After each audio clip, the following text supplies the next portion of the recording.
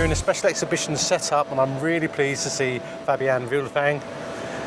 I know you have a fantastic collection, private collection. You're very selective, and now I realise how wonderful your collection is by just glancing at the quality you've brought us. Thank you very much.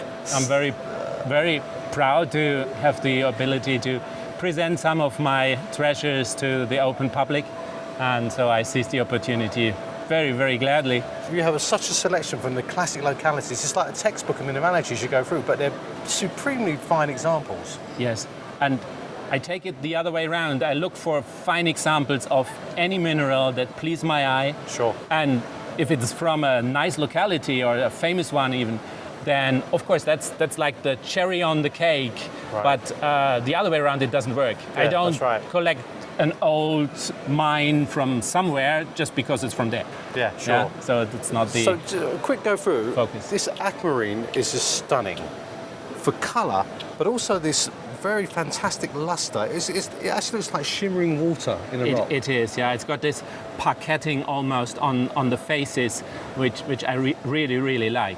And of course, the color offset against the blue against the white is just what I'm looking for. And you've matched your cases up perfectly, like these sort of pastel blues and pinks. Yeah. Beautiful, lustrous reds and pinks here. You've got, I love the garnet in the back. Actually, I intended to mix them up. Coming from aesthetics, I have been very often told that the width of my collection is very broad. I have almost 200 different species in my collection, although the total is less than 1,000 pieces. So tourmalines, yes, I have a lot because they come in such a nice variety of colors. Yeah, color and range. But I do look for some rare things. But first of all, they have to be beautiful. If then they are rare on top of that, again, bonus same story. Time. Absolutely. Bonus. Can we just have a look at the cases down here as well? Yes, gladly. This is just superb.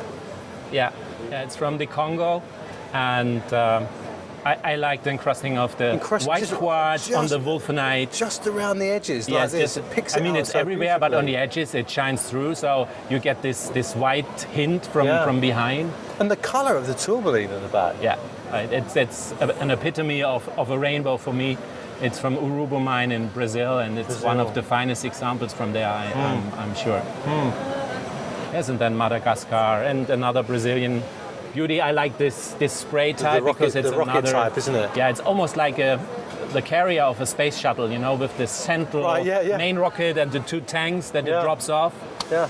But I typically don't go too much into this, it looks like a bird thing, because... So do you name your specimens sometimes? No, I name them after whatever comes to my mind. And look, fluorite. Maybe a fluorite. I call it fluorite.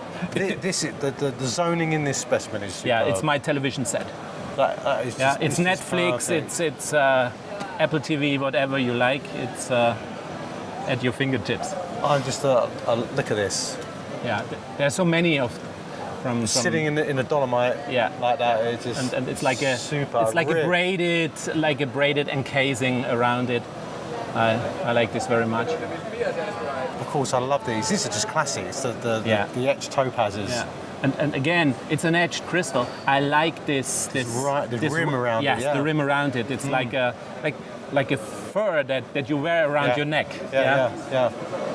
Well, I'll tell you what. Everyone who comes to the show is going to be absolutely stunned by this, and I am myself.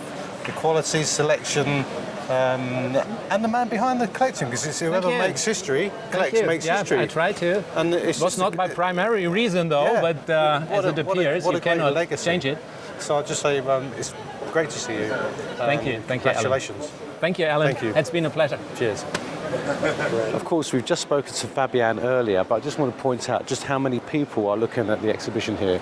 I find that his collection, he's bought some really choice pieces, and they're so popular, it's actually hard to get in front of the case to see specimens. But now I'm going to move in very quickly, hopefully, because there's one specimen that I think is fantastic, and that's the calcite rose that he has from China. It's a calcite specimen, naturally formed, but when you first look at it, it actually looks like a rose. And I think that is just fantastic that in the natural world we see patterns repeating themselves many, many times. And to see a rose like this and suddenly people realise it's not a rose, it's a naturally formed crystalline substance, make people really realise that minerals are great things as well, and even might, dare I say, attract some botanists to the subject. If they see these type of specimens, they're suddenly really enamoured and they're really fantastic to look at.